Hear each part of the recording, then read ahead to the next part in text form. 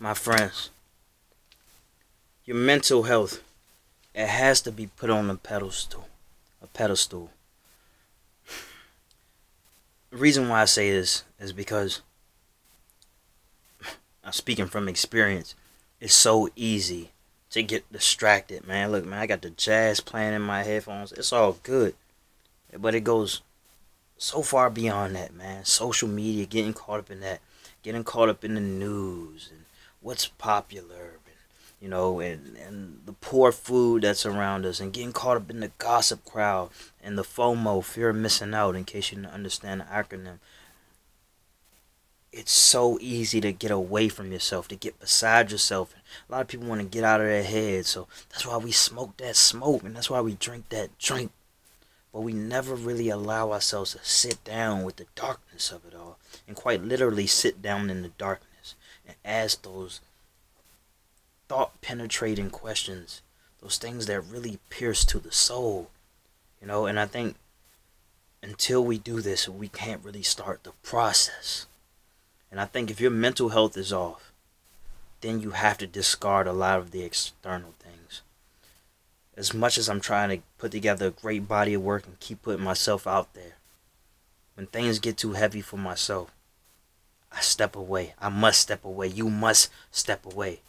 Especially because most people who use social media, they use it casually. So if you're not really putting in work on social media, don't convince yourself like, oh, my clients are there or whatever. Even your clients aren't as important as your mental health. All right. So some people question the importance of meditation. Is it any good and things like that? And the main reason why I say it is because you will be affording yourself the time to sit in that darkness, to sit with your thoughts, to really start to break it down. And I've been meditating for 6 years, over 6 years. We're getting close to 7. And it wasn't always roses, and my focus wasn't always laser sharp. And, I couldn't always clear out my mind, and sometimes I did wait for 10 minutes to pass up. But one thing that I learned is that it helped clear up the path for me. It helped me prioritize in such a way. Now you couple that with journaling, and you group that with exercising, you're doing your push-ups and doing your sit-ups and reading some good literature and putting on positive things in the podcast and the YouTube. I know you playing me. I like that. I appreciate that. I do this for you all. All right? This is me just shining a little light on your path. Now, you're not going to follow me, and that's okay, because you're all leaders. Okay? You're all gurus, and you're all meant to make a difference. Okay? I believe that you will be able to do that even more effective if you prioritize your mental health. So if that means you got to call out of work, don't feel guilty about it, because mental health is health. All right? People are killing themselves because things are too heavy in the mind. I know that because I contemplated it many times. I'm just going to keep mentioning it in case anybody ever thinks that I'm something. I mean, I read the comments, I'm something special and things like that. I appreciate that, man, but I've sat with a lot of darkness. A lot of you people almost didn't meet me because of the contemplation that was extremely heavy. And sometimes when I'm vulnerable and tired, I do get there still. It's still dormant in me. It's there. It's that gray cloud, but I'm doing the work. I'm definitely doing the work. And that's how I'm able to properly say things like this, and I'm not just speaking from a high horse. So it's important that I lay it out right now, as opposed to when I have thousands of followers, hundreds of thousands of followers, and you think I ran out of something to say. Man, this is realness. You can see it in my eyes. You can see it in my voice. This is real fucking talk, dog. Because a lot of you spend a lot of time alone. A lot of you questioning your own worth. A lot of you questioning, where you can go in life, or where you're going in life, where you're at in life. A lot of you are comparing yourself to your peers. A lot of you are comparing your pain to other people's highlights, your lowlights to their highlights. It's a losing game. But that's what happens when we're low, when we feel low like that. Because we try to rationalize it, even if it doesn't make sense, even if it's irrational. We'll say, oh, well, God hates me, or I guess I'm ugly, or well, fuck my life, and but you're not paying attention to the negative energy that you are just filling your pool up with, your fishbowl, or I like to say, and you're just swimming around in it, swimming around in filth. And I understand that reaching for higher heights is difficult when you feel like you're drowning. You know what I'm saying? Listen, we getting an analogy go, oh man, look, that's an accident. But you feel like you're drowning, and you're trying to force yourself to do things you don't really want to do. I get that. So let's say you are dealing with anxiety and depression, and it can be crippling, because I understand. But one thing that I realize is, because life does go on, and we have to force ourselves to do things we don't necessarily want to do, there's actually some beauty to that. There's actually a benefit to that. So no matter how you feel, force yourself to do what the happy people do, and you would be surprised of how affordable it is and how simple it is to do. So happy people read, happy people go walking in nature, happy people exercise, happy people do righteous deeds and reach out to people. Happy people eat a meal. Happy people get out of bed. Happy people just leave the TV off for a while. Happy people don't feel the need to scroll all day. You start doing some of those things, you'll feel better. You may not necessarily feel happy, but you'll feel better. Okay?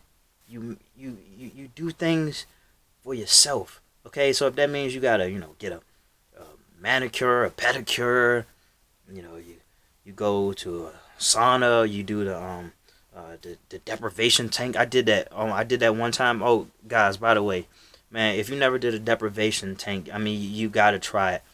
When I got out of that thing, I was in that thing for an hour just meditating. I got out, my eyes were just like a fucking newborn. Like, I never seen my eyes so like crystallized. It was beautiful. I fell in love with my eyes, man. It works wonders. And they do those things for people, who may have PTSD, all those things. Look it up. It's not the cheapest thing in the world, but I think it's at least worth the experience, man, for real. Beautiful experience. But you just do the things that the happy people do. Alright? Happy people don't do insecure shit like go on Facebook and just talk down on celebrities for the sake of talking down on celebrities. Just putting out a bunch of hate. Okay?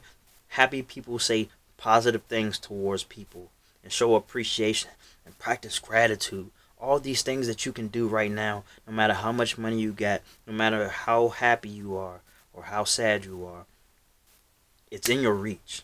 Okay? So before you engage in an activity that's not going to better you in the long run, just think about some of these things that you could do as a replacement. Okay? Because you can't bet on your happiness to be found in another person, to be found in a drug, to be found in binge watching, to be found in talking down on others, to be found in, all these things that clearly aren't working for you. Try something different. Do what happy people do. If you think I'm missing something, or if you think I'm getting somewhere and I planted the seed, look it up. Let's Google, because I rely on Google. I'm gonna give me a sponsorship. Google, what do happy people do? Like, I really been sitting down with this lately, and because I'm surrounded by unhappy people, and it just clicked one day, and I was just like, why am I feeling so good? You know what I'm saying? Why am I feeling good today? I'm doing what the happy people do. Getting out of bed early, doing my push-ups, I'm playing my chess, I'm writing in my journal, I'm creating, I'm stopping to smell the roses, not literally, but I'm stopping to play with my daughter, take it all in. When great things happen, I'm, perfect, yes, excellent, man. And, just eating some good food. And also, I just want to bring this up because Terry Crews was talking about it. HALT. There's this thing called HALT. So if ever you feel really down and upset, just pay attention to this acronym. Hungry, angry, lonely, tired. If you're hungry, you eat. If you're angry, you do things to reduce that. Exercise, meditate, cold showers, whatever that may be. Lonely, call somebody up. Call somebody up. Go to a place where people are. Find somebody who's alone. Talk to that person, People are talking to me when I'm out at the stores or whatever, They just pick up on some things that I can't even find within myself. And tired, go to sleep. Go to sleep. If you're having trouble sleeping at night, I just mentioned it, but cold showers, they wake you up in the morning and they put you to sleep at night. Give yourself about an hour. Get the screens out of your face, okay? Because those blue lights are really messing up your sleep cycle. So you especially don't want it in your eyes at night and in the dark. We know that by now. All right, so that's it. Put your mental health on a pedestal and practice what the happy people practice, even if you aren't happy, even if it feels like work, because hard work is worth it. I mean, it's worth working hard if it's going to get you to where you would like to be. And that's it, my friends. Thanks a lot. Like and subscribe, please.